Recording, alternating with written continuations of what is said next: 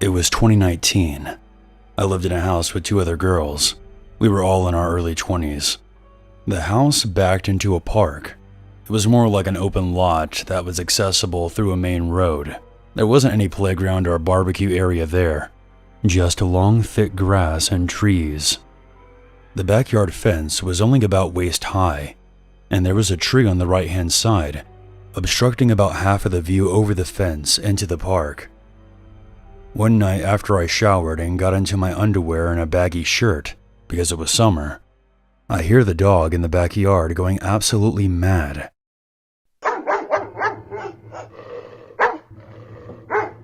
My housemate was not home at the time, and the dog belonged to her. I fly out of the back door and see that he's baring his teeth and snarling toward the fence. He had caught and killed possums before, so I was concerned that there was one by the tree. I grabbed him by the collar to get him back inside and away from the possum.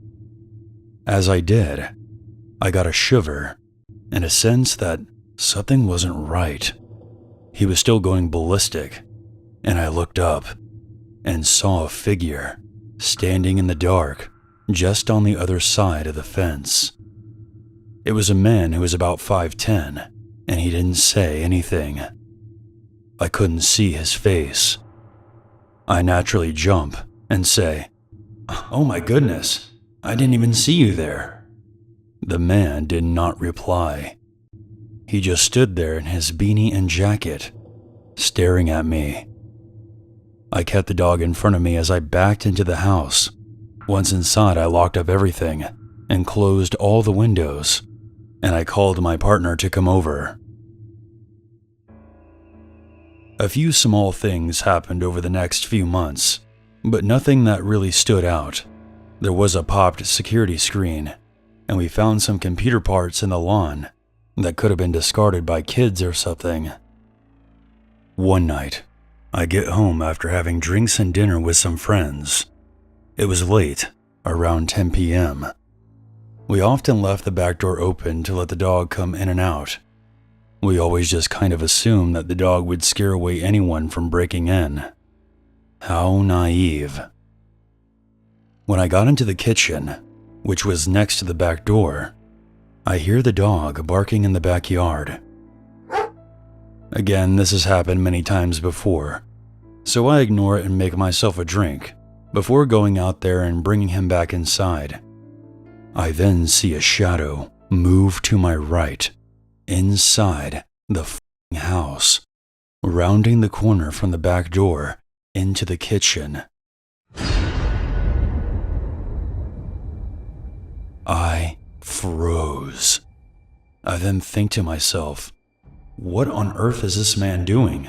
It's summer, and he's in a long coat covering his entire neck to his wrists. And then panic set in. I back myself up to the counter and looked down to see that there was a knife in his hand. It was one of our kitchen knives from the block behind me. So now I'm aware he has already been inside this house. This wasn't a robbery. He had already had the chance to steal anything he wanted. There was a scuffle, and he pulled the rug from under my feet, and I hit my head on the counter. I was knocked unconscious. The last thing I remember is the dog barking from behind him.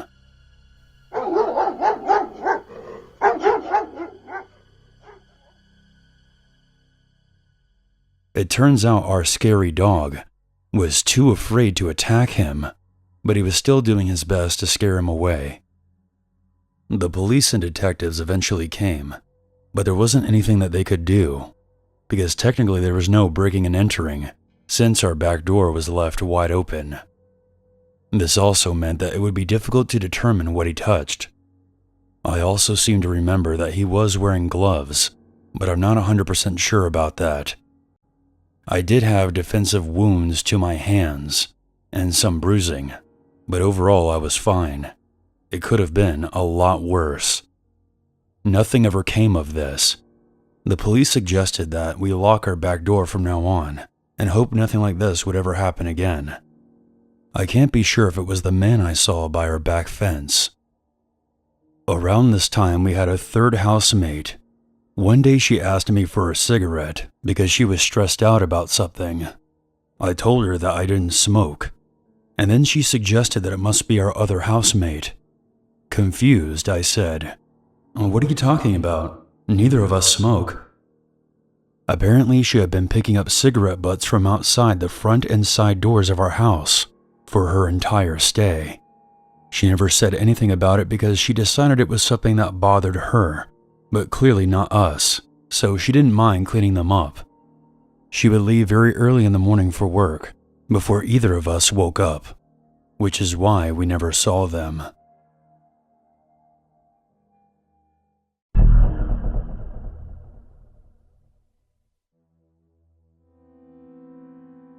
This is going to be kind of long, so please bear with me. So this happened when I was in high school, and still living with my parents and my younger brother in a house in the suburbs. The area I grew up in was very quiet and safe. We lived in the Midwest, and our town was as Midwest as you can get, which means that everyone knew each other. Even the strangers were very kind and eager to help, with some exceptions, of course.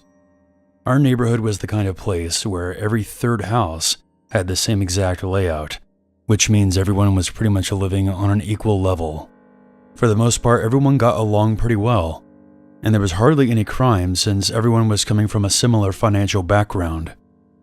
So it would be an understatement to say that it felt very safe where I lived. That was until strange things began to happen. At first, it was small things, pretty inconsequential in the moment, but now when I look back at everything, I always made a connection to the strange events that were going on. It started at the beginning of my junior year of high school. One morning I woke up early to put away my clothes. Because I'm weird about these kind of things, I make sure all my dressers and doors were closed before I left, as I was the last one out of the house, and I happened to have a doctor's appointment on that day. I was the first one back. When I came up to my room, my door wasn't closed all the way, and my closet was completely open. I thought it was weird, but I brushed it off. But this happened more than once. I would sometimes be missing shirts or pants after I told myself that I was just being stupid and probably misplaced them somewhere. Another night, after I had gone to bed, I was woken up by the sound of footsteps coming up the stairs.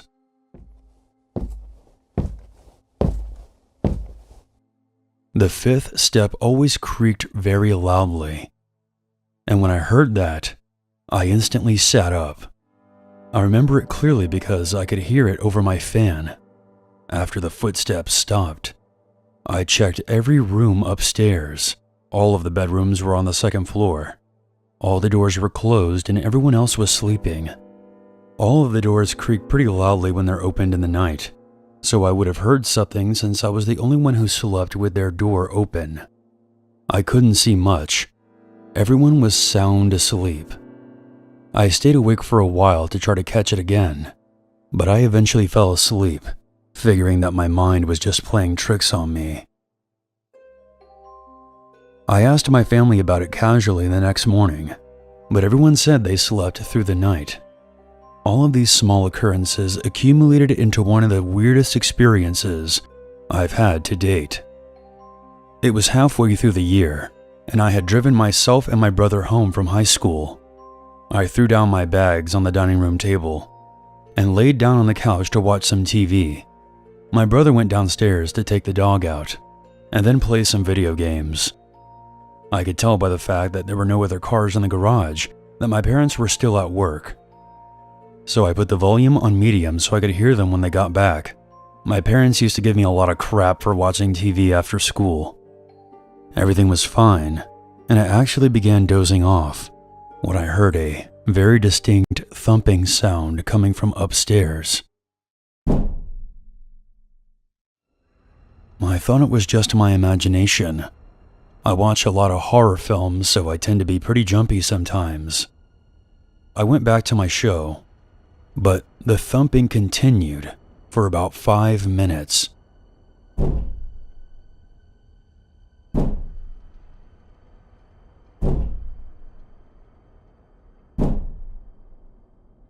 That's when I finally decided that something was off. I muted the TV and listened for a few more minutes. It was a rhythmic thumping, and it was coming from directly upstairs. For a second, I thought it was just my dog, since he sometimes paced up and down the stairs, trying to find somewhere to lay down. So I called out for him, but my brother shouted that he was downstairs with him. So I walked up the stairs to the top and listened.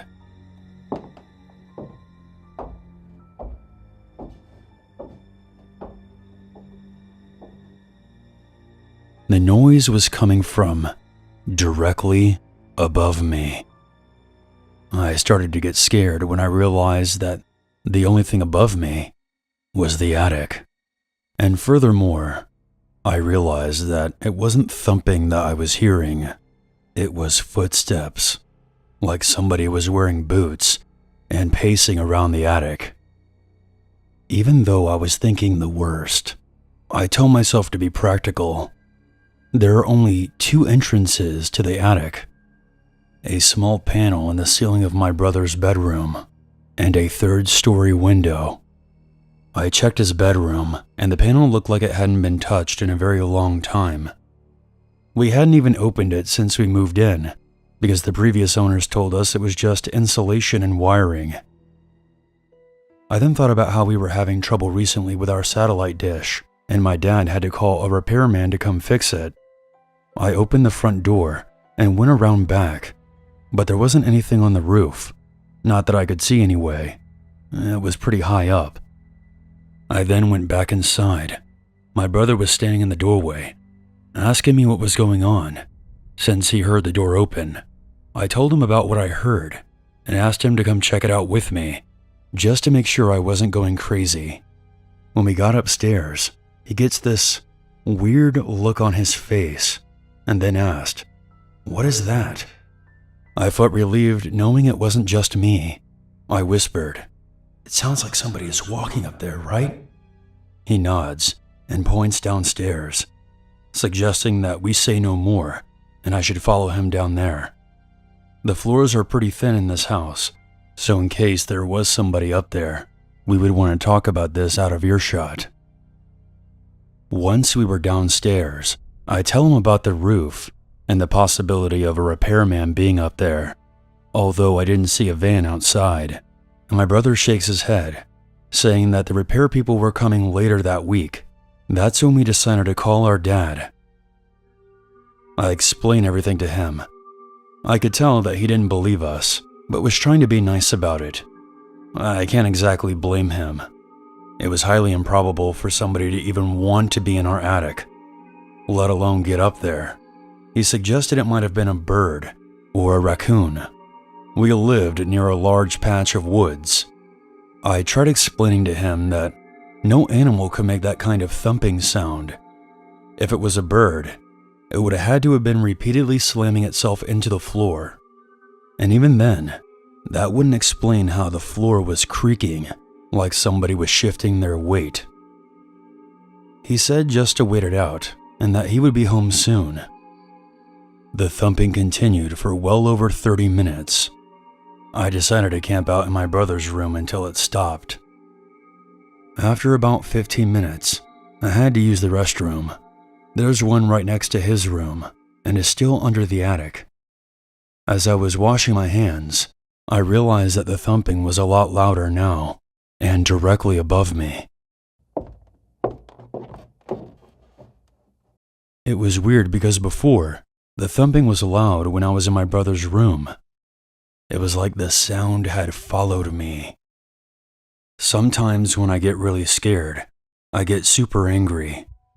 So I banged twice on the ceiling. I'm a pretty tall girl, so I used my fist. I then shouted, "What the f*** is this?" The steps then completely stopped. I was confused for a second. Then clear as day, there were 2 loud thuds. Like someone stomping their foot twice very loud. I ran out of the bathroom to my brother, who was coming up the stairs. What just happened? The pacing started again, so I quickly explained everything to my brother. He then pulled out his phone and called my dad a second time. As he's trying to explain everything, I can tell that my dad is still not giving in, frustrated and frightened. I take the phone from my brother, put my dad on speaker, and hold the phone up to the attic, then say, "Listen to this." Suddenly, all the noises completely stop. Absolutely no sound whatsoever. After about a minute of silence, I hear my dad say, "What sound?" My brother and I just look at each other and bolt down the stairs. I tell my dad to come home quick and that we would wait downstairs for him. He then said that he was pulling up the driveway, so we opened the door and ran out to him. After my brother and I explained things quickly and nearly out of breath, to my dad's credit, we did sound a bit insane. He follows us upstairs to where the sound was coming from. But now, there was absolutely no sound at all. And even though we beg him several times to go take a look, he laughs and says that we're just overreacting, and there was nothing there. Taking out the panel might cause some damage to the ceiling. We don't know that for sure because we've never tried to look up there, so he was pretty set on not going up there to check things out, unless he hears it himself. Of course, the steps never came back, at least not when we were around or awake. My brother secretly stayed in my room for a couple of days, because he was still freaked out about the whole thing, and we were never able to prove what happened to our parents. When the repair people finally did come, I noticed that instead of using a ladder, they went around to our backyard and climbed up to the roof from our deck. They were also able to walk around pretty freely up there and could easily access the window to our attic, which was around the front of the house. I've always wondered if there was someone secretly living up there and would come down at night without us knowing. But if that was the case, why would they let us know that they were up there that day? It still bothers me that we never checked.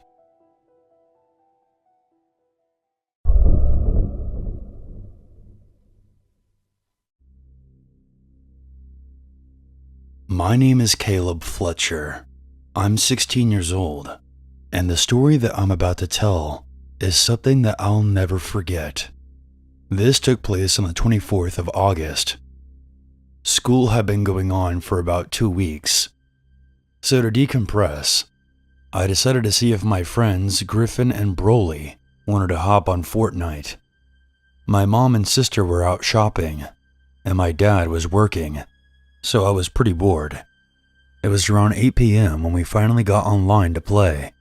After a few rounds, I could tell that my friends were getting tired of losing, so they logged off after about an hour. I planned on just lying down with my phone before going to bed.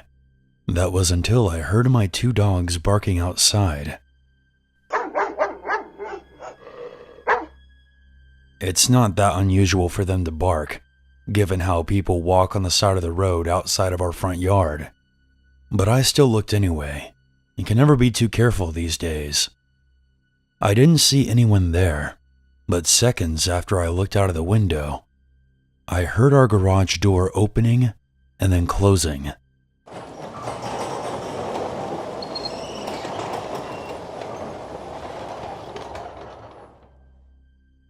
That usually meant my dad was home from work. However, I thought it was odd that I didn't see his van outside, and he had even texted me earlier, letting me know that he would be working late.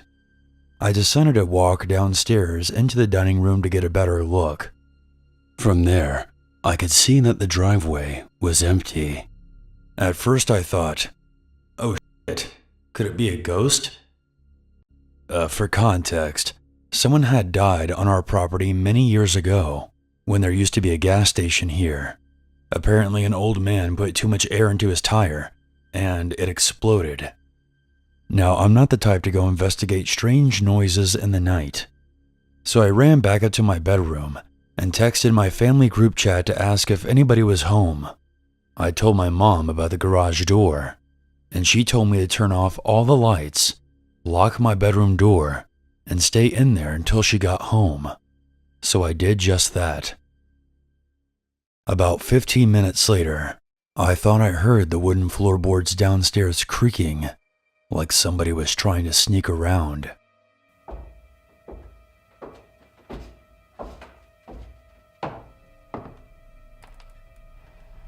I didn't have anything to use as a weapon, so I unclipped my microphone's boom arm from my desk and quietly opened my door. I walked onto the upstairs balcony and looked over, trying to see if I could spot anyone hiding or anything suspicious. I then stupidly called out, "Is anyone there?" As if somebody was actually going to answer me. For a second, I thought I was just being paranoid about this whole thing, until I saw the silhouette of someone standing beneath the balcony. I panicked and ran to the closest room, which happened to be the small bathroom beside my room. The intruder must have known that I saw him, because I heard loud footsteps coming up our stairs as I locked myself inside.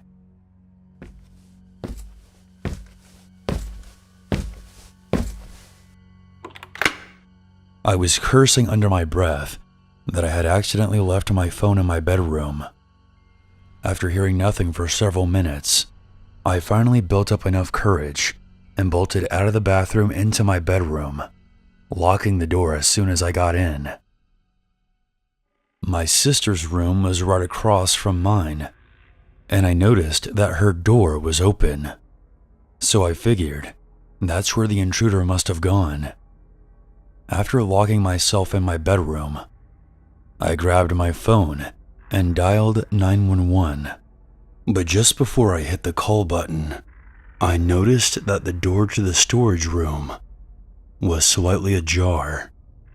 I then saw an eyeball peeking through the crevice. That's when it hit me. The intruder was not in my sister's room. He was here, with me. The terror I felt rushing through my body is something that I will never forget. True, genuine fear.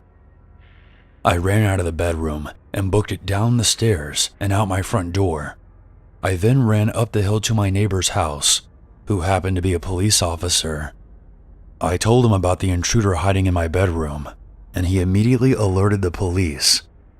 Then he set out to go investigate himself, while I stayed behind with his wife. Minutes later, I ran back down to see if the intruder had been caught.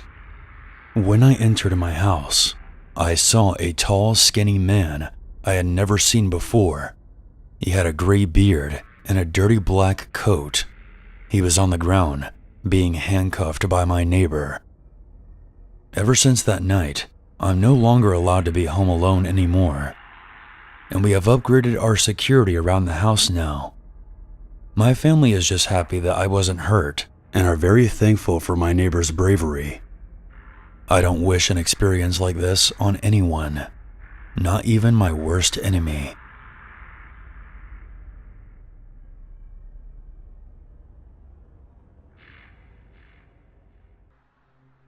My name is Jim, and I've spent a lot, and I mean a lot, of time on the road as a trucker. Ever since trucking school, I've been driving long distances for hours every day, and even with benefits, the pay wasn't the best. While it did pay enough to financially support me and my wife, the stress it had on top of me was unbearable. Being in a truck for hours at a time really forced you to make sacrifices. Once in a while, I'd miss out on family events like birthdays and even holidays, which didn't feel good at all. On top of that, America is in desperate need for truckers to keep up with demand, which made the situation even worse. I drive for about 12 hours a day, and we couldn't stop for any reason until we reached our destination. Needless to say, I barely had any time with family. One night, I was doing my nightly routine of driving to a warehousing complex to deliver some products for major retail businesses like Target and Best Buy. I was somewhere in a rural area of Wisconsin on this long, empty road that stretched across the state. It's around 6 a.m. and I'm sipping my coffee trying to keep myself awake. Being a full-time trucker, caffeine was your best friend. If you didn't have it, you were in trouble. So there I am, driving down this road trying to keep myself awake when I see something big walk across the road from my headlights. I yell out an "oh shit" while practically slamming my brakes, coming to a complete stop. All the while, I'm cussing to myself, thinking that I just hit a person or possibly a bear. Going back, at first I did think it was a person, but then I remembered that whatever it was massive. 9 feet tall, a bulky body, and the movement it was walking looked abnormal. I step outside of the truck with my gun in hand, going to where I saw it. To my surprise, however, there was seemingly nobody on this road. Nobody walking, no roadkill, no nothing. The only thing I did see was faint tire marks on the road from me hitting the brakes too hard. I call out for anybody who might have been nearby, but got no response other than the sound of wind picking up and the truck engine. I get back inside and continue my route, managing to finish it within a few hours, but couldn't get what I had just seen off my mind. Later that same day, I call up one of my other fellow truckers and tell him about what I had just seen on the road.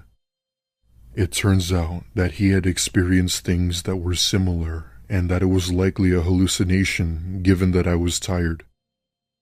Thankfully, I have a camera that sits next to the interior and was thankfully able to capture a brief second of this creature before it went out of frame. The photo will be on screen now. As you can see, the camera quality isn't that great, but it was likely due to the condensation on the front windshield. Because it was a single road with forest on opposite sides, there was a pretty good chance that it was an animal. My only question is what kind of animal 9 feet tall walks on 2 legs?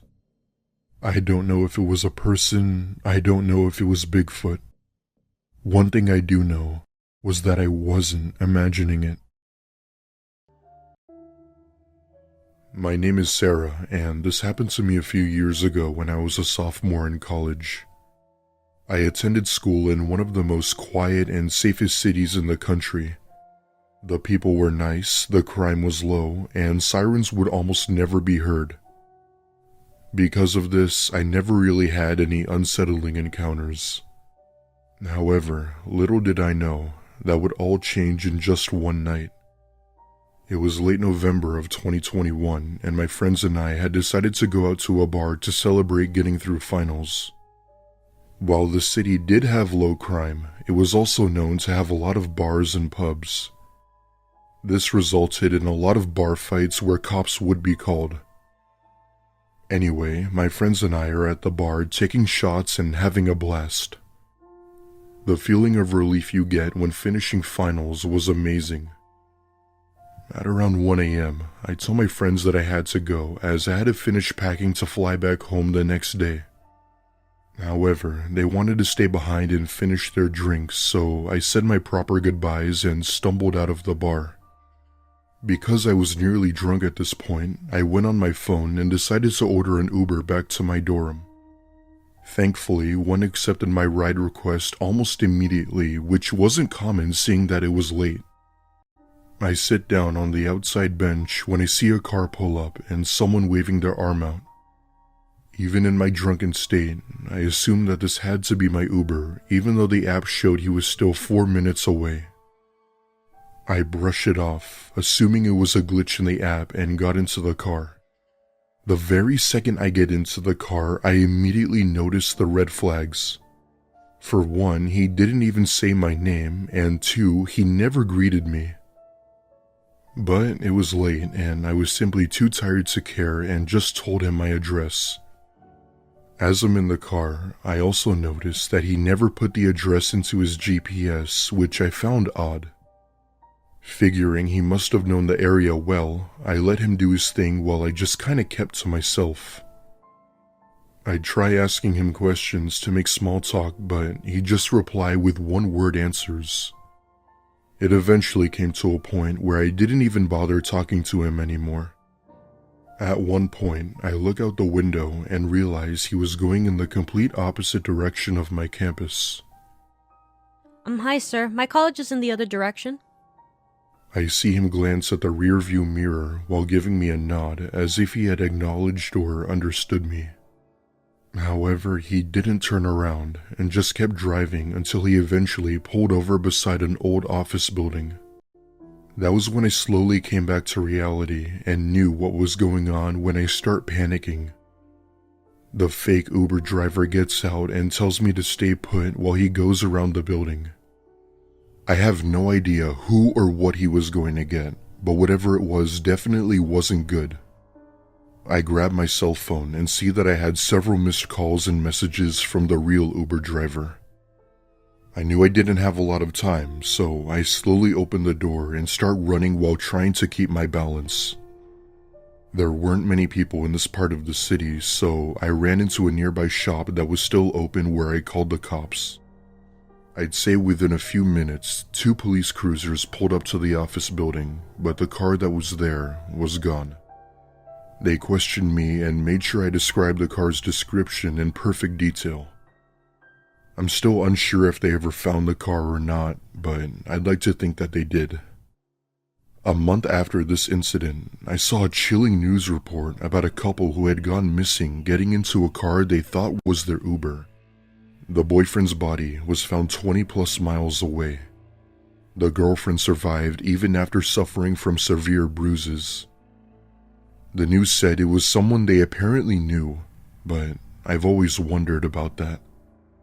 As of now, the car has never officially been found, and the driver has never been identified. For a little bit of context, this happened on July 4th of 2019. I had just started doing both Uber and Lyft as a side hustle to make some extra money for my boyfriend and I. It wasn't the best paying job, but flexibility was through the roof, and you didn't have people telling you what to do.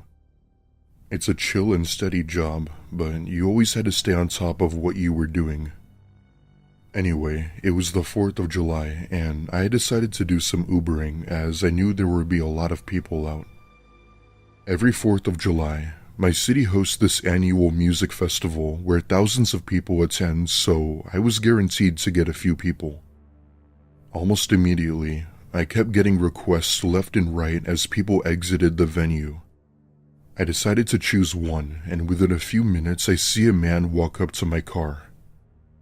He asked if I was his Uber, to which I replied with a yes. He gets in the back seat, and right away, the strong smell of marijuana hit me like a brick. However, I knew that he had just come from the festival where smoking was bound to happen, so I wasn't complaining. Throughout the ride, this guy just stared intently at me, as if he were watching my every move. I'll be honest, it kind of made me uncomfortable, and I just wanted to get this ride over with. At one point, he stops staring at me and gets out his phone to call someone. I just tried to focus on driving, and his destination was only 10 minutes away, which was a relief in my book. As I'm driving, I hear him in the back speaking French. Now, my aunt is French, so while I understand a fair bit of French, I don't speak it. So I hear him talking, but I don't pay attention as it's rude to eavesdrop on people's conversations. That was until he said something along the lines of, "This girl I'm riding with." I felt my blood run cold as he said this, but tried to make it seem like I didn't understand him. What he was saying was unnerving. To sum it all up, he was basically saying after I had dropped him off, he was planning on, quote, snatching me up. I knew exactly what that meant, and his stop was only 5 minutes away, so I didn't have much time. I'm a 5'3" petite girl that weighs about 150 pounds. This guy was at least over 6 feet and was muscular, so there was no way I could resist him even if I tried. With very little time to spare, I get out my phone to call my boyfriend. My actual plan was to cause a scene and make up an excuse to leave. As I'm driving, I call him and ask what was up, where I immediately say, "Wait, what? She's bleeding on the floor? Tell her to stay calm, I'm coming." All the while, my boyfriend is completely confused, asking what I was talking about, etc. Thankfully, I used to be in acting school, so I was used to faking a good scene. At that point, I hung up, turned to the man, and said in a worried tone, Sir, my grandma just hurt herself. I have to go. I'm just gonna drop you off here. I floored it down the road before calling my boyfriend back and apologizing, telling him everything. I ended up reporting the man to Uber, but I'm not sure if they investigated it as of yet. Thank you to my boyfriend for picking up, and thank you to my aunt for teaching me French.